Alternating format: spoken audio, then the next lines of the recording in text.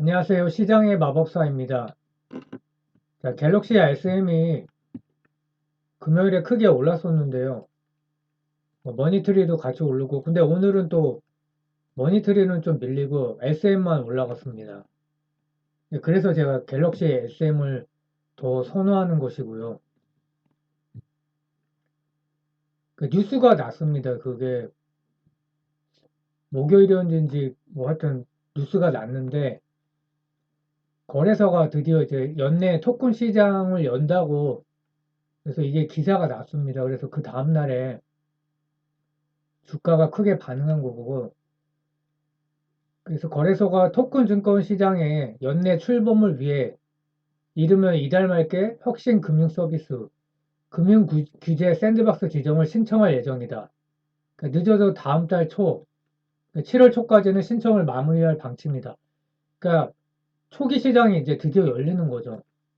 그러니까 규제 샌드박스라는 게 뭐냐면 그 놀이터 밖으로는 안 가고 이제 놀이터에서 테스트를 하는 거죠. 신기술을 가진 회사가 새로운 제품과 서비스를 일정 조건 하에서 그 기간 장소 규모를 제한한 다음에 시장에 우선 출시해 시험 검증할 수 있도록 현행 규제의 전부나 일부를 적용하지 않는 것을 말한다. 그리고 그 데이터를 토대로 합리적으로 규제를 개선한다. 그래서 뭐 신기술에 대한 배려죠, 일종의 그 신사업, 신기술을 가진 기업을 육성하기 위해서. 그래서 그 자본시장법 개정안을 뭐 만약에 국회에 제출하면 늦다는 거죠. 2024년 말께 제대로 시행되니까 그래서 신속한 진행을 위해서 이렇게 했다는 거고요.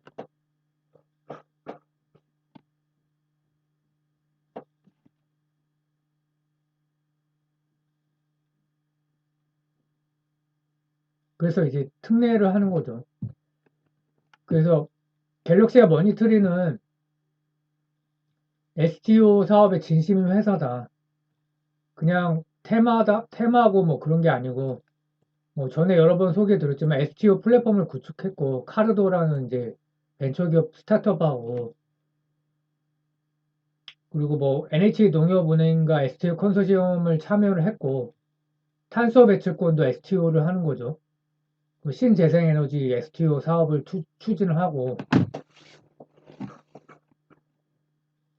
뭐 계속 이렇게 사업을 하는 게 기사가 나오고 있고 5월 말에도 또뭐 IR을 했었는데요. NDR을 시장이 뭐 이렇게 커진다는 거죠.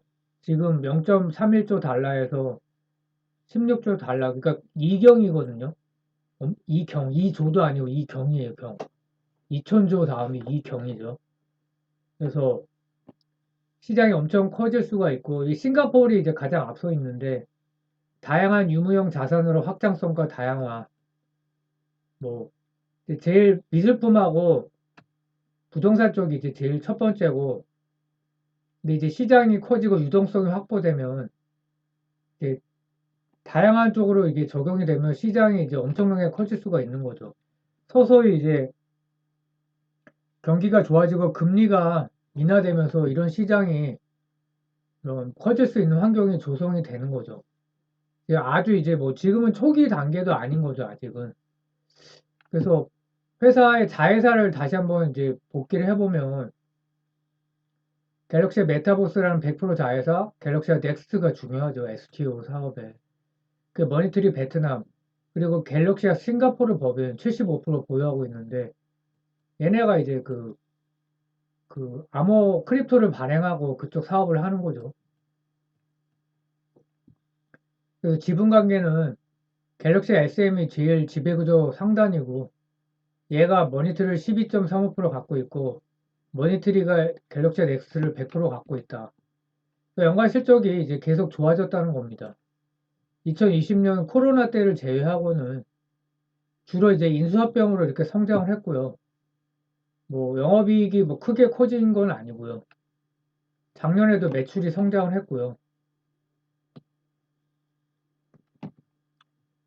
1분기 실적을 보면 중요한 게 매출 성장을 지속하고 있다는 겁니다. 매출이 36%나 증가를 했죠. 그래서 이제 밸류가 높은 것이고, 대신에 영업이익은 21% 감소를 했고, 이유가 회계 처리 기준 변경에 따른 대손 상각 비용 반영으로 영업이익률이 감소했다고 합니다. 전 사업부가 고른 성장을 했고요. 전자결제가 이제 가장 비중이 큰데 4% 성장, 오토도 12%, 기타도 120% 이렇게 성장을 했고요. 오토가 원래 이제 마진이 그렇게 크진 않은데 1분기는 꽤 높게 나왔고 전자결제는 이제 원래 14% 정도 나왔으니까요.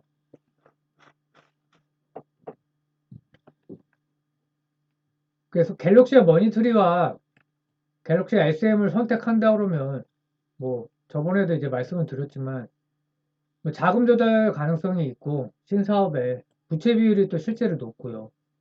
단기 차입금이 1분기 기준으로 804억, 이자 비용 15억, 현금성 자산과 유동금융자산은 87억밖에 안 됩니다. 그래서 이제 제가 갤럭시 SM을 이제 선택했다고 말씀을 드린 거고요. 그 STU 테마가 있고 또 소형주니까 유통 물량이 작고요. 집요한 내부자 매수가 뭐 최근에는 없지만 작년 11월까지 있었고 지주회사다. 지배구조 최상단.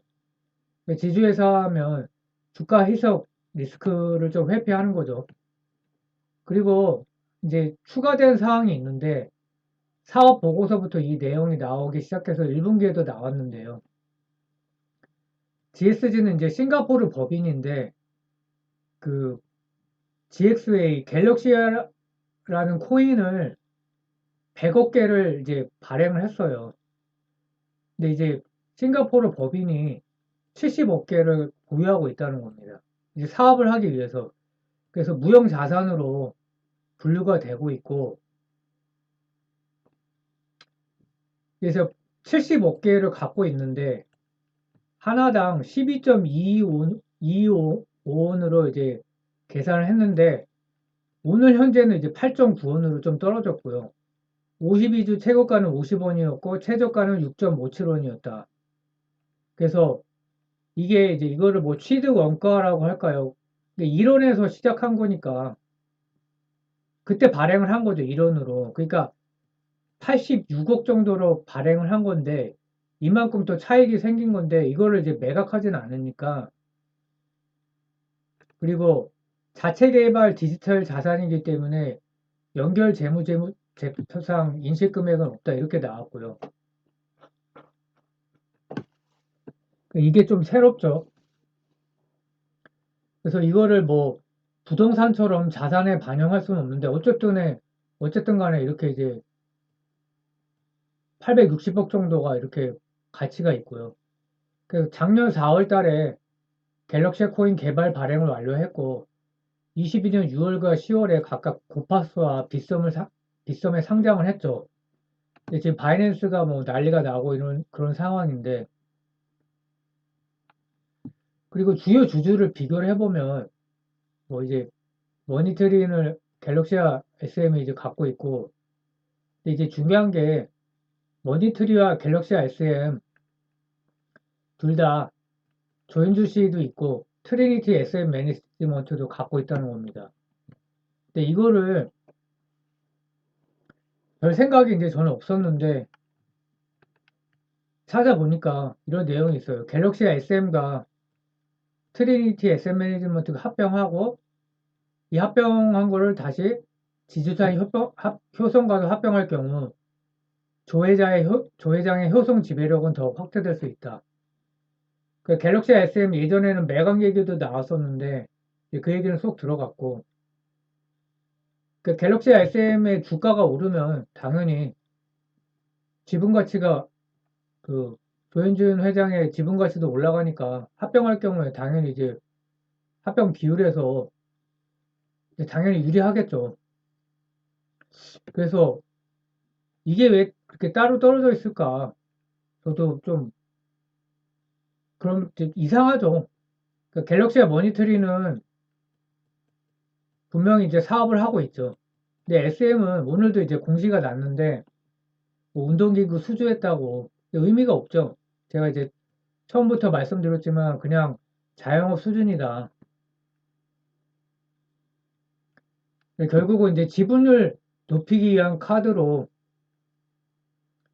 처음부터 그런 생각은 아니었겠죠. 그 IB 스포츠에서 시작한 거니까. 근데 지금은 그 시나리오 말고는 썩 그렇게 뭐 이게 기업 가치가 있다고 볼 수는 없으니까 결국 그런 식으로 되지 않을까. 그러면 합병하려면 기업 가치가 높아질수록 더 이제 유리하니까 또 작년에 엄청나게 많이 샀고 그래서 결국은 이런 이런 측면에서 봤을 때도 주가가 올라갈 것 같고 주가가 올라가려면 또 내용이 있어야 되죠. 근데 이제 지금 말씀드린 게 내용이고 그냥 이제 뭐 감이지만 이런 기업이 그 10배가 날 가능성도 있다. 이제 이렇게 보고 있고요. 다만 이제 ST 이 시장이 지금 아직 막 뭐 개화가 됐다고 볼 수도 없는 그런 수준이죠. 그래서 거시 환경이 좀 좋아지고 뭐 미국하고 싱가포르에서 막 산업이 더 커지고 한국도 막 이렇게 유동성이 증가하고 이 ST 시장에서요. 그 막 열풍이 불게 되면 이게 이제 그 ST 테마의 핵심에 있는 기업이기 때문에 또 시총이 작잖아요. 그래서 어디까지 갈지는 또 모른다. 그래서 좀 장기간 계속 지켜볼 가치가 있지 않나. 물론 오로지 좀 테마주 관점으로만 보고 있습니다. 실적은 기대는 안 하고요. 예, 그렇게 보고 있습니다. 감사합니다.